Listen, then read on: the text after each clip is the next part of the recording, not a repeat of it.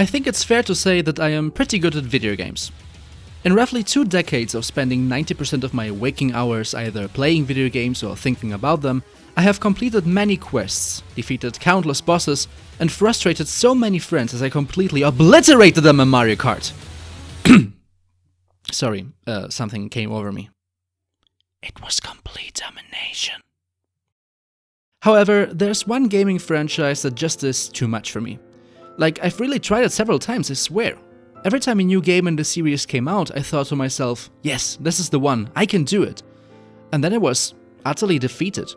Again and again, I was forced to admit that this was simply a challenge I am not cut out for. By now I'm pretty sure all of you know which series I'm talking about. Yes, it's Animal Crossing. Wait, there are people saying that Animal Crossing doesn't count as a real game? Well, I'll have you know that I'm a real gamer, and Animal Crossing kicks my ass. I tried out Wild World on the DS, lasted a month. New Leaf on the 3DS, lasted a month. New Horizons on the Switch, oh hey, almost 2 months. And honestly, I think that's not only a coincidence. You know what New Horizons had that the other two didn't? Well, yeah, a release date during a pandemic. But I'm actually talking about the Nook Miles rewards. These act like the game's quests or achievements. The usual stuff. Catch 10 fish, earn 100,000 belts, freaking die once, I guess. But unlike the usual achievements, the Nook Miles rewards are an important part of your early game experience in New Horizons. They are a neat guideline to all the stuff you can do on your island, specific tasks that you can fulfill, and the game will recognize it and give you a reward. However, Animal Crossing isn't about solving quests, at all. While I was kept awake at night by that one challenge where you have to catch 100 fish in a row without a miss, people around me simply had fun customizing their island and making their own clothing designs. Even once I had finished the initial set of tutorial quests, I kept playing the game religiously, every day like a maniac, doing the same basic chores to try reaching specific milestones, getting collectibles and hoarding materials. I told myself that I would eventually reach that magical phase where I would start digging into the customization of my island, a phase that never came. With every new session, I had the growing feeling that I wanted to spend that time with other games, where I could just dive in, do what I'm told to do and have fun with that. Everyone else kept saying that Animal Crossing was like therapy to them, but I was actually getting anxious and overwhelmed. I guess it's pretty clear now. I'm terrible at making my own fun gaming experience. I need the game to tell me how to have fun. And today I am here to tell you that's okay. It's like how some people can't get into text-heavy games because for them, their gaming time means getting as quickly as possible into the action. Every player is different, and some of us simply aren't the type for Animal Crossing, Minecraft or The Sims. We often elevate games when they don't constrain the player and let them explore and express themselves freely. But there's a certain comfort to being guided by a well-constructed game. I love doing quests for rewards, follow strict narrative storylines, and exhaust the content of a game in a systematic way. If all of that is crafted carefully, of course, because as for any other design philosophy, there is an art to it. So let's talk about how some great games tell the player how to have fun. Before we get into it, I should clarify again. I'm not saying that games like Animal Crossing aren't fun or well designed. In fact, a lot of care has to go into games with so much freedom to prevent the experience from falling apart, precisely because they don't tell the player what to do most of the time. What I want to talk about is how games that do tell the player how to have fun achieve this feeling of comfort, of taking you by the hand and you let yourself go with the flow and enjoy the ride. In my mind, there are 3 main things that the game needs to do to successfully tell a player how to have fun. First, establish limited playgrounds. Second, suggest gameplay workflows. And third, provide solid and palpable motivation. Let me tell you what I mean with each of these by going through what Animal Crossing fails for me in every category. So, we start with establishing limited playgrounds. My number 1 negative feeling in Animal Crossing is that I'm overwhelmed. I have so many possible things to work on at the same time that I become stressed. And the developers are aware that most players would experience this if they weren't eased in. When you start playing Animal Crossing, new tasks and locations are unlocked slowly over time. A newcomer won't find themselves in front of an ocean of possibilities immediately. However, for me, even with that smooth initiation, it's eventually just too much. I need the game to clearly present and restrict the space of possible activities for me. I needed to establish a limited playground. Although it often is the case, notice that playground doesn't necessarily refer to a physical space within the game. Animal Crossing usually features a relatively small game world, and yet the number of potential things to do is endless. Next, we have suggesting gameplay workflows. Essentially, it's all about the famous gameplay loop. Once the limited playground is established, I want the game to give me indications on the optimal order for possible activities to have the most fun. In Animal Crossing, you are completely left to your own devices. You can start working on paying off your debt, you can also go and catch tons of fish, or you can create a whole artillery of cosplays. Many will enjoy this absolute freedom, but I feel lost. I start trying to optimize my fun in a game where I'm supposed to simply do what I feel like. By the way, I said suggest a gameplay workflow because some of the more open-ended games that are good at this manage to give several possibilities on how to optimize your fun, depending on the type of player. And finally, providing solid and palpable motivation. This can be about specific rewards for doing certain things, but there are many more ways to do this, like following a riveting story, or even already the very act of imposing specific challenges and the satisfaction that comes from surpassing them, without the need for any more rewards. But it needs to be something that is within my reach.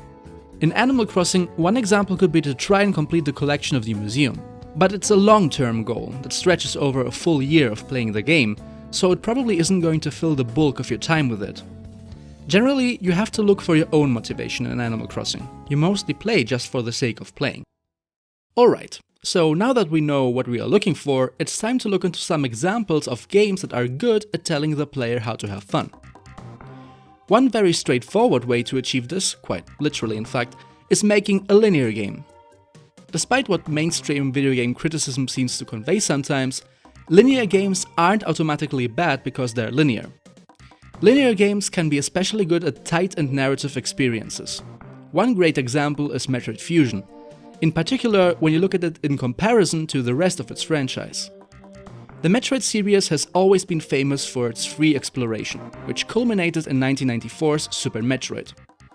One of its most defining features, it was designed specifically to allow sequence breaking, where a player can reach certain locations and items out of the natural order, by using advanced techniques that a novice player wouldn't know. So it's only natural that many fans expected the next 2D Metroid to follow this direction. But then 2002's Metroid Fusion came, and it was pretty much the opposite. Our protagonist Samus is constantly being told where she has to go next, and certain pathways are often shut down so that you are forced to follow a specific route. If you look at it from a pure Metroid tradition perspective, then yes, this might be disappointing. But if you give it a chance and engage with the unique approach of the game flow of Metroid Fusion, you'll uncover a true gem. A horror-like experience on a tiny Game Boy Advance screen. Metroid Prime on the GameCube and Metroid Fusion on the Game Boy Advance had their worldwide debut in North America, where they released in the same week. And yet, despite coming to their respective consoles almost simultaneously, they offered two very different takes on the Metroid formula. Metroid Prime was essentially a translation to 3D of Super Metroid, and did an excellent job doing exactly that. But the way how both games reinitialize the character's state tells so much about the difference in approaches. Allow me to explain what I mean by reinitializing. Unlike most Mario or Zelda games, which are each their own isolated adventure, the Metroid series features a continuous story that evolves along its many games. But the Metroidvania gameplay style, which is focused on the progression through collecting power-ups and allowing you to backtrack to earlier areas to uncover secrets with your new abilities, requires the character Samus to be reset to a weakened state at the beginning of each game, so that the player can experience the growth and the expansion of her arsenal during the journey. Here's how Metroid Prime does it.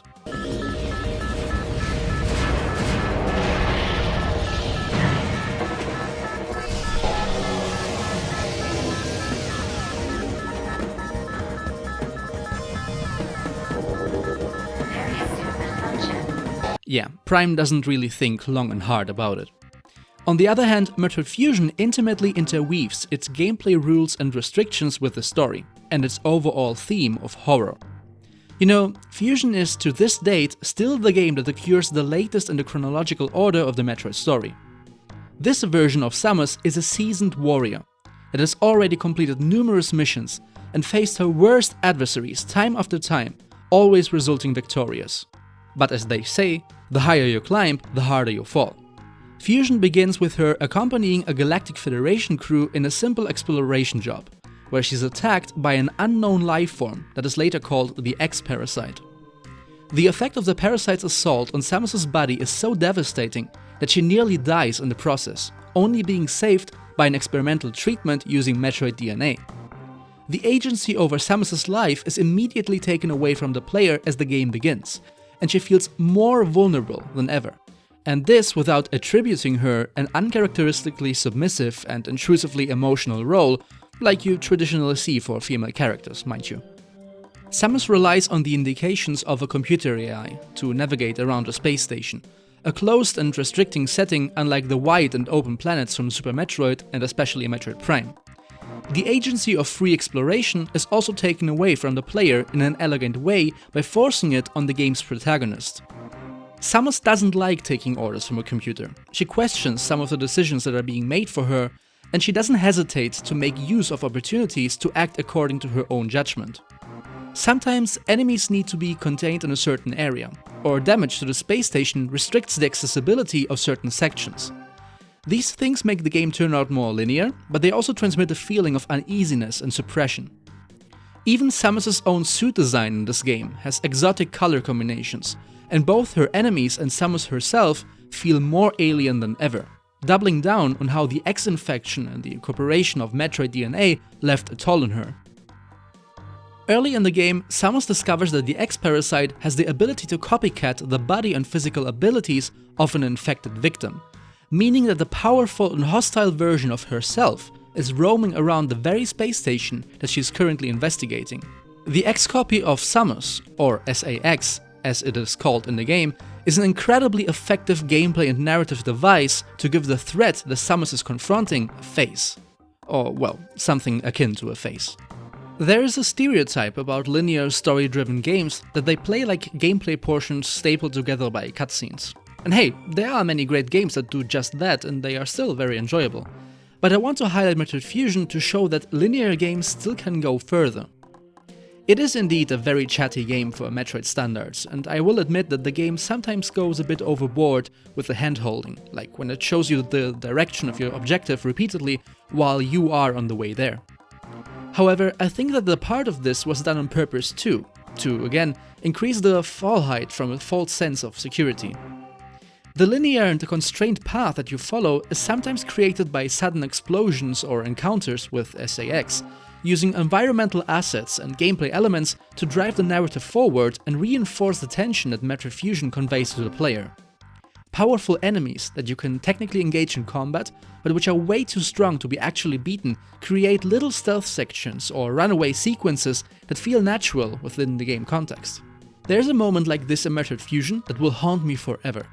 The first few times you find yourself near SAX, you always have the option to remain hidden in a safe space and wait until the ominous figure disappears.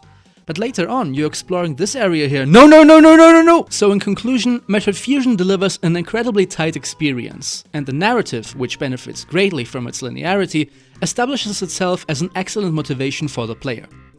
On its own, the Metroidvania gameplay style already creates clearly limited playgrounds by restricting you to certain areas depending on the power-ups you have, as well as suggesting a well-defined gameplay workflow, where you push forward until you find a new ability that allows you to uncover new things in former areas. But on top of this, in Metroid Fusion you have the spatial restrictions that go alongside the narrative and the game's theme. The level design is top-notch too. A linear progression allows for a very carefully designed and guided game flow. The game designer assumes a little more of a director role, like a movie director, as opposed to more open-ended games where they might be closer to a field trip supervisor, making sure that you have all the right tools at hand and leading you to an interesting place, but mostly letting you stroll around by yourself. Both approaches can be good at telling you how to have fun, but they need to be executed well and, what is an especially delicate matter, in proper balance according to what the game sets out to achieve. I know I have been using it a lot as an example in my videos, but allow me to mention The Last of Us Part 2 once again.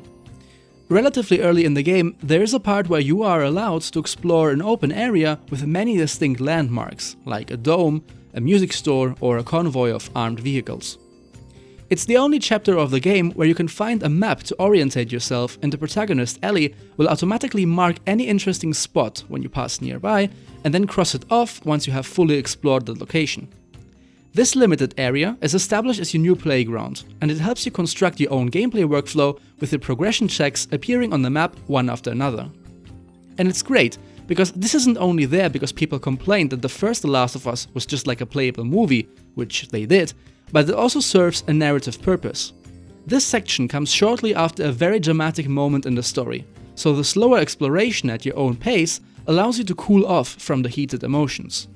And then there are the many little dialogues between Ellie and her girlfriend Dina, which tell you a lot about their relationship and let you get closer to them as they comment on whatever they find over there in downtown Seattle.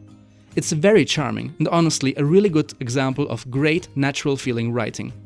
I've read many opinions online about The Last of Us Part 2, and one thing that came up a lot was that people wished the game had more open sections like this one. And I get what they mean. It was pretty memorable, and it felt great exploring that little chunk of the world by myself. But I also think that there was only this one opportunity in the story to get in something like this in a balanced way. After all, The Last of Us Part 2 is a game about revenge, and once it starts to roll downhill, it shouldn't make huge stops to break its momentum. If anything, I think that the game already is a bit too long and has some pacing issues because of how the writers chose to present the story.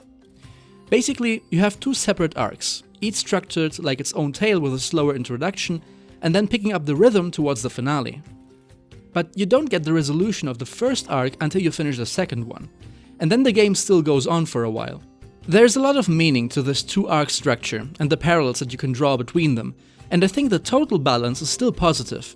But I certainly wouldn't have wanted another open-ended exploration part to inflate the tight experience anymore. Let's have a look at another example. My favorite game is Breath of the Wild. Very original, I know.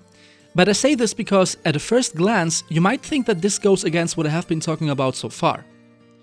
Breath of the Wild was the first modern open-world game in the Zelda series, and it fully revolves around non-linearity and free exploration. But not once did I become overwhelmed in this game. Why is that so? Because the game secretly offers you its hand the whole time if you want to be guided.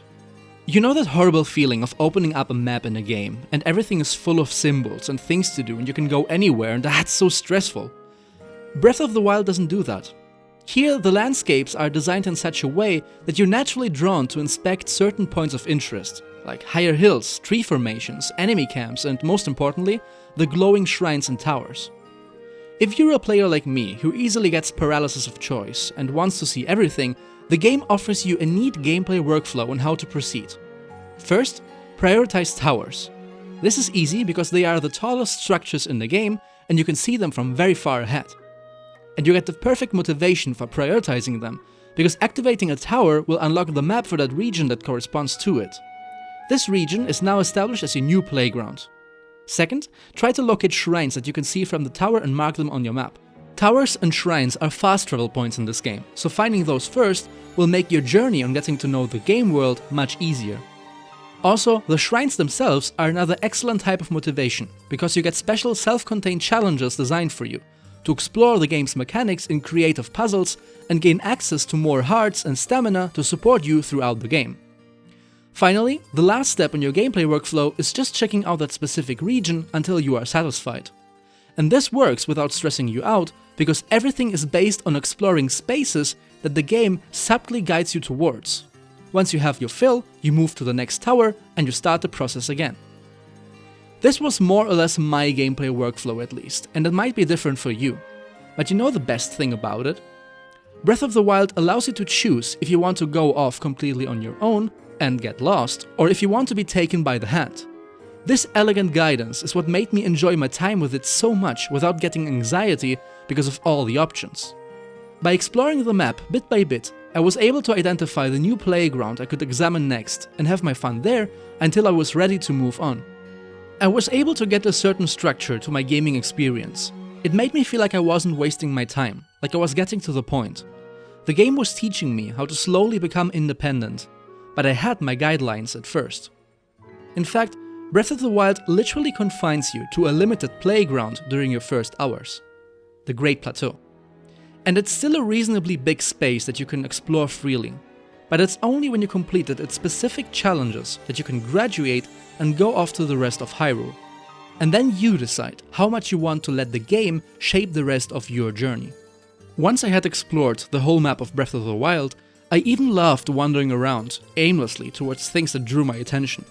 Something that is very hard for me to enjoy in other games. I was trying to find all the Korok seeds I had missed. At that point, I felt like I was comfortable with everything I had seen from the game, so I could enjoy going the extra mile. In fact, Koroks are a particularly clever reward to provide players like me with a solid and palpable motivation. Part of my inspiration for this topic was a video from Mark Brown's Game Maker's Toolkit, an excellent channel and a huge role model for me, by the way, please check it out. In that video, he makes a point about how rewarding a player can actually take away from their motivation to play, because they stop enjoying the game for what it is and care too much about the rewards. But I honestly felt unrepresented as a player type. I think players like me just need to be guided by games with rewards towards finding our own gameplay fun. He mentions that surprise rewards can be a good way to circumvent the problem, and states the Korok seeds in Breath of the Wild as an example. Basically, when you wander around Hyrule, you never know when investigating a strange rock formation or suspicious tree lineups, you might find a Korok as a reward. To support this, he discusses the following quote from Nintendo's Bill Trinen. When they create their games, Nintendo's designers don't tell you how to play their game in order to achieve some kind of mythical reward. There are things you can do in the game that will result in some sort of reward of unexpected surprise. In my mind, that really encourages the sense of exploration rather than the sense of, if I do that, I'm going to get some sort of artificial point or score. Look, I can see what he means, and to be fair, he said that years before Breath of the Wild was even released. But I think that what surprise rewards like Koroks do is exactly telling me how to play the game, but in this subtly guiding way. Without them, at some point I would not know what to do in the game world anymore. They are precisely the one thing that make me experiment and try reaching crazy places. And then I'm not even mad if I'm not getting my Korok seed for every single spot I've found, because the game taught me that this exploration is the fun gameplay workflow for me. In the quote, Bill Trinen also addressed artificial point or score systems, and that is something I can agree with a lot. Very few games manage to motivate me by simply letting me chase a high score. That is exactly the reason why Tetris 99 is the only Tetris game that I can get really hooked on. In that game, I have a very palpable micro-challenge of facing 98 other players during each session and try to come out on top. It's a short-term objective that the game specifically lays out for me. And this is something that I know I can actually achieve. Among these 99, I could be the best. I hate comparing myself to other random players on online leaderboards, because I am perfectly aware that I will never be as good as the one person who put thousands of hours into getting the most rope jumps in Super Mario Odyssey. So why bother? It's the same feeling like when the Professor Layton games tell you that you could have solved a certain puzzle in only 7 steps and you needed like 148. You aren't giving me a reward for doing it more efficiently, are you, Professor? Then shut up! I have a feeling that lately we tend to look down on traditional video game reward systems, but they can be an extremely effective and simple solution to telling the player how to have fun. My recent guilty pleasure has been Hyrule Warriors on Switch, which I'm revisiting because of my hype for Age of Calamity. This new Breath of the Wild prequel features the expansion of the original game's lore as a huge motivator, and it's the reason why even people who dismiss Musou games show interest, just like me if you had asked me a few months ago. But when I went back to try the first Hyrule Warriors game, I quickly realized that I was getting hooked despite the game not precisely excelling with its story or world building. It's the bite-sized missions, unlocking new characters, getting new weapons for completing maps and defeating powerful enemies, leveling up your characters in the process. All of those really video gamey things that constantly give you a shot of progression dopamine. One motivator I particularly love in games are generous experience point systems that reward you for doing many different activities, instead of, for instance, only battling, because they show me a proof in numbers that everything I'm doing has some kind of progression attached to it. It simply feels satisfying to know that I've been working towards something the whole time while I've been having my fun. Look, I'm not saying that every player is like me. If you are motivated by chasing high scores, being more efficient in your puzzle solving, running off on your own without guidance, or slowly building your island at your own taste, then that's great. But I think it's equally important to celebrate all the effort that game designers put into making games more digestible and enjoyable for other kinds of players. And we really should stop pretending that linear or compartmentalized games have no worth. Sometimes I just want to put up my legs after a hard day of work, take the controller in my hand, and let the game guide me to the fun. Hello everyone! This video was all about my personal view on how I love being guided by games, and I'm really interested to hear how you feel about that. So please, tell me in the comments, as well as any feedback you might have, and drop a like and subscribe if you want to support me or check out my other videos. Thanks for watching, and I'm looking forward to seeing you again.